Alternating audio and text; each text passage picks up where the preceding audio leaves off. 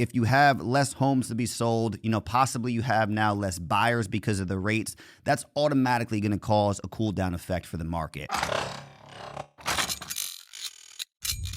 Hey, what's going on, everyone? Welcome back to the Closing with Corey podcast. Today is Wednesday, October 25th, and we're going to talk a little bit about the current market status as we go into November. Now, notoriously, November, December, and then especially that January, February timeframe is typically when you start to see things slow down a little bit. You start to see this hot market start to cool off a little bit. With everything that's been going on with interest rates, just with the inventory, we've seen that cool down happen a little bit quicker than a lot of people would like to see, especially buyers, and we'll get into all that type of stuff. The one thing that I think that I see constantly is a lot of different people have a lot of different opinions on the market, talking about home prices, talking about, you're buying at the highest possible price it is. You're overpaying for properties. And if you're just reading headlines, if you're just looking at those highlighted numbers that are going to be online, you can't really form an opinion just based off of that. If it has to do anything political-wise, whatever the case may be, the numbers are what they are. So we're going to go over a bunch of numbers today. I'm going to try to not confuse anybody with them, but there's a lot of percentages, there's a lot of different things. But I think it's very important for if you're buying or if you're selling or if you're kind of just on the cusp right now of trying to figure out what you want to do. But let's start off with the home prices right now. Again, a lot of people say that, is there going to be a crash of the market? Is things going to just come to this pinnacle and just start to skyrocket down? And year to date, the home prices in New Jersey are still up 9.3%. So they're still on the rise. At the end of the day, is it at a slower pace than it was in the past 2 to 3 years, especially starting in 2019? Absolutely. But at the end of the day, the fact is that they are still on the rise right now at 9.3%. This is a big number that I want to talk about, is that the number of homes in New Jersey that have sold is down 25.6% year to date.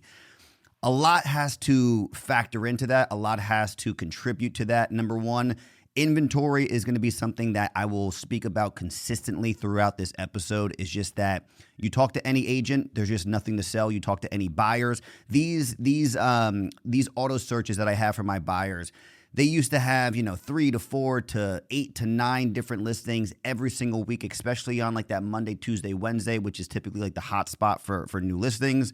And now there's either no emails getting sent out or 1 to 2. Just last week, I think that I had maybe 5 or 6 homes get sent out to one buyer, and the buyer actually texted me and said, "Oh, wow, things are starting to pick up a little bit. I just got 5 homes," which used to be a normal thing around like that April, May timeframe. So the homes that are out there right now, there's just not many of them, which comes to our next 2 numbers right here, is that the number of homes for sale in New Jersey year to date is down 28%. That's huge, because you're looking at the numbers from last year and you're looking at the inventory that was down last year, the amount of demand that was there for last year in 2022, in 2020, 2021. And that number, as far as the homes being for sale, continues to decrease. So inventory, again, is always going to be the constant denominator. And I think in all of these issues and in all these factors here. And last but not least, the number of new listings is down year to date to 14.8%. Kind of goes based off of the number that we just talked about as far as the numbers of sold homes. Clearly, if the number of sold homes are down, the number of new listings are going to be down because of inventory. Another thing that I looked into was just the demand for New Jersey. So funny enough, New Jersey is not even on the top 10 states to move into based off of different other areas within the country. But it is on some areas within New Jersey that I personally work in that seems to be the most desired areas. For instance, out of the 10 areas in New Jersey with the fastest growing sales price, at number 3 on the list was actually Bridgewater. So Bridgewater is at a 38.2% rate as far as what it's growing for sales price. Basically, as far as property value, the number of homes that are being sold. Bridgewater has always been a desired area. You have the location-wise, you have school districts, you have just a bunch of great things that brings a lot of people that want to live in Bridgewater. So as you see that, number 6 on the list is actually Hillsborough. So out of the places that I work out of the 10 areas that were available, only those 2 areas fell into the most desired areas with the highest growing sales price. Was Bridgewater at number 3, Hillsborough at number 6 at 25.2%. The other thing to kind of go along with that, which funny enough, I don't know how these numbers kind of go along with each other, but for competitive towns, meaning that where are the most buyers, where is the most competition, where are you going to see the most highest and best and crazy a number offers, all that type of stuff.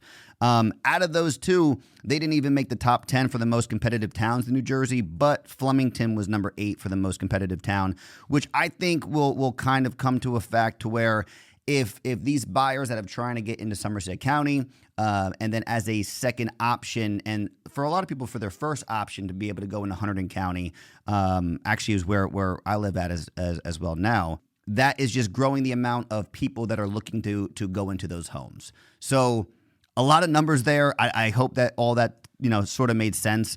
But I know that at the end of the day, what this all boils down to is that for right now, going into November, there's not enough homes to be sold. There's still a lot of buyers.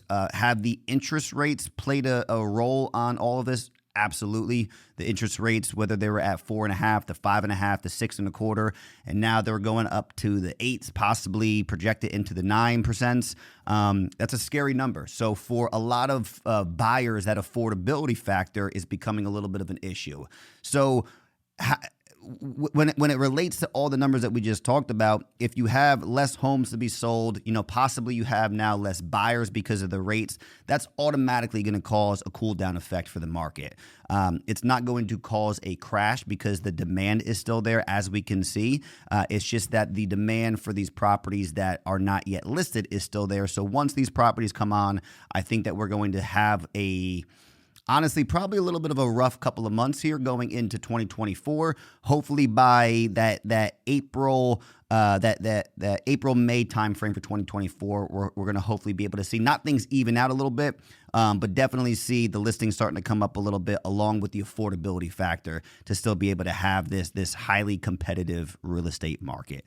All right, guys, let's take a quick break to talk to you about Simplicity Title. You may not know this, but when you're buying a home, there is a lot of work that goes into getting to your closing table, including title insurance. Title insurance is a financial protection due to property defects for mortgage lenders and home buyers. But let's keep it simple. For over 15 years, Simplicity Title has been protecting buyers with their expert teams working on all the documents to get you through a closing and a fraud protection process that keeps your money safe. You can check out Simplicity Title's profiles on Instagram, Facebook, and LinkedIn, or go to learn.simplicitytitle.com to find out more about them. Do you want to talk to someone? Call 877-848-5320 or send an email to info@simplicitytitle.com and tell them that Corey Fandel sent you. Simplicity Title, your title made simple. Another big thing that I want to talk about today real quick is that going into October, deals that have fell through is at the highest rate that it's been for almost over a year. So a lot of my buyers ask me, is it worth putting in this offer if I'm going to be considered as a backup offer? Or if we're number 2 on the list, hey, should we keep our offer on there as a backup offer or just move on to the next property? Things happen. I think that you see homes a lot of times now coming back on the market, and when that happens, people sometimes think, well, there's something wrong with the house. Could potentially be something wrong with the house. It could be a number of things. It could be the fact that the rates have gone up, so the affordability on the buying side is no longer something that was as clear as it was when that buyer was putting in an offer to begin with. It could be that the buyer no longer qualifies for this particular mortgage or for this particular price point. It could be something from inspections. It could be that, they went through inspections. That's the other thing too. These buyers that are throwing out, waiving inspections, waiving appraisals, as is, taking care of all these things. Is that still happening? Absolutely. Is it happening at the degree that it used to be, close to a year ago, even like 6 to 8 months ago? Absolutely not. A lot of the offers, I would probably say 50% of the offers that I've put in the month of October had the appraisals waived. The other 50% of them did not have the appraisals waived. And either way, they were competitive as far as what these other offers were. So just something to think about. The list of what could potentially be an issue on why a deal fell through goes on. Those are the main things that we look at and that we see. And it's just something to consider, again, going into these offers, going into these multiple bids, thinking about the potential of, okay, if this person's throwing out everything, is this deal going to go through, or are we going to have a potential to come in as a backup offer and be selected as the actual offer? Absolutely. Kind of lastly is just the questions that I've been getting over like these last couple of months. One I already talked about a little bit was about like the market itself crashing, and there's no data to show that. Don't read off of headlines. Don't read off of different news stations just trying to have like that fear-driven media. If you want to start actually looking into the data itself, if you want to actually start looking into the history of the real estate market itself, then be able to educate yourself a little bit. I don't say that to downplay anybody's opinion. Everyone has an opinion on everything these days, but it's more so of just if you want to talk to people, or if you want to be able to be of service to people, or even within the conversation to be able to add some type of relevant information, I would just say to do as much research as you possibly can to see how the market is, and to see in the history of the real estate market for all the way back from like 1917, how things have actually been. Actually, I do have a little bit of information from my friend Alfonso, who I've had on the podcast already. So I wanted him to send me some information over just based off of rates. Now, I'm going to try to say this without confusing you, because I confused myself when I was reading it the first time. What he's getting a lot of is buyers waiting for the rates to go down. Does that make sense? Absolutely. Does it make sense once you look at all the information that's in front of you? That's going to be a per person question to answer yourself. How he laid this out, and again, I'm sorry if I butcher this, but so for the buyers that are waiting for the rates to come down, he said that if rates were to drop 1.5% on a $550,000 home, it's a monthly saving of $425, a yearly saving of $5,100 versus an equity gain if you were to purchase that home of $31,900. Basically, what he is saying is you are not saving as much money as you are getting a return in your equity if you were to still buy that home at the current rates right now at that current price. The second thing he said, if you're waiting for home values to go down, that's another thing that he's hearing from a lot of the buyers is that, hey, I'm waiting for the rates to come down. Hey, I'm waiting for these values of these homes to come down a little bit. He said that since 1942, homes have appreciated 73 times, and they've only gone down 7 times in history. Also, he said that values are predicted to rise by another 5.8% going into 2024. And as we just said throughout this entire podcast, that inventory is down 38% since 2019.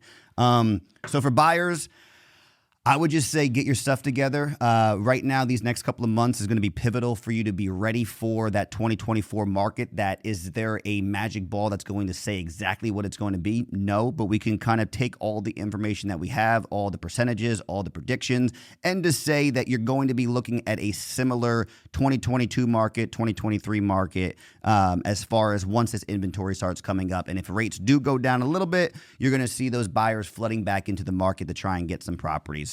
So again, set yourself up with a plan, get yourself ready for 2024.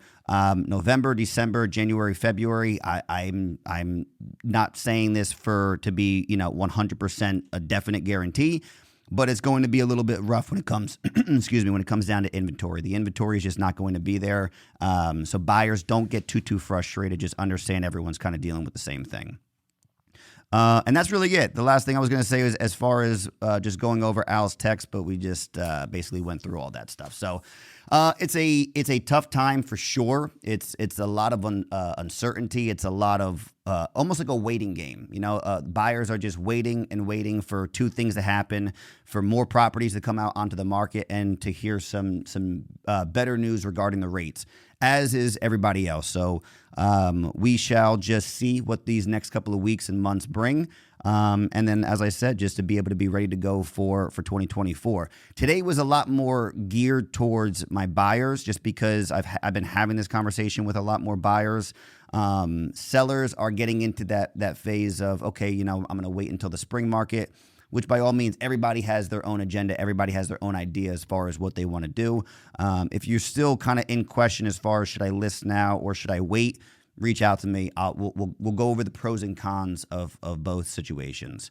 And that's about it. I am going to probably be another 2 or 3 weeks. I'm going to be having a guest on the next episode. So we're going to talk about a whole bunch of stuff there. As always, make sure to subscribe, leave a comment, whatever it is, reach out to me. Also, if you have a topic that you want me to discuss or kind of go over a little bit more in depth, like even for today, I know that I kind of broke down a whole bunch of information a little bit quick. So if there's one thing in particular that you want me to talk about a little bit more in depth, definitely reach out to me. Let me know. I'll put that in my notes to be able to discuss that in the further episodes as well. So reach out. Let's have a conversation. Let's kind of get you ready to go for next year.